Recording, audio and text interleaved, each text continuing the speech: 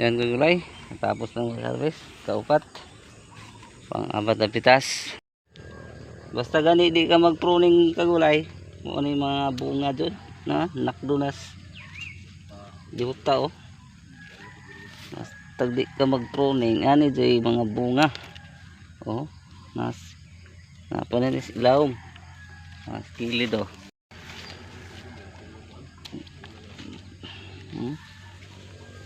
Nga pa lang nas ubos. Wala pa na siya diri sa babaw. Abig bunga purya-buya gulay. Ilaw mo nakdo. Ayan. Yung nakuha namin nandito sa baba lang muna. Sa bandang gitna. Siguro dito na sa sunod sa taas. Ayan. Marami namang bunga na. Ayan. Maganda pa rin pag may ulan. So, 2 linggo na walang ulan kagulay.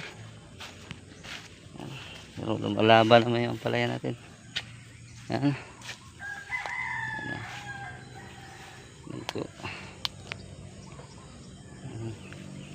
Ayan natin oh. Ayan. Bali buka mamayang hapon abono kami. Ayan. Gamit natin abono Mega Winner Nitrabor 1846. Ayan. At may bunga na sa gitna oh. Ang gaganda ng bunga. Ayan. Alay.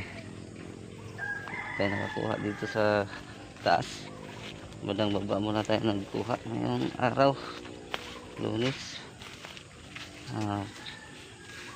Ilang days na ba ito? Hindi ko na bilang. Kalimutan ko na. Ayan o. Itong area. Ayan. Ayun. Dinidiligan naman namin to. Kaso sa punuan lang. Maganda kasi pag umulan sa gitna mabasa rin. Kasi alam mo yung ampalaya. Yung ugat niyan. Ano yun, pumunta yan sa malalayo. Basta basa lang yung lupa gulay. Tapos ngayon walang ulan. Sana may ulan naman.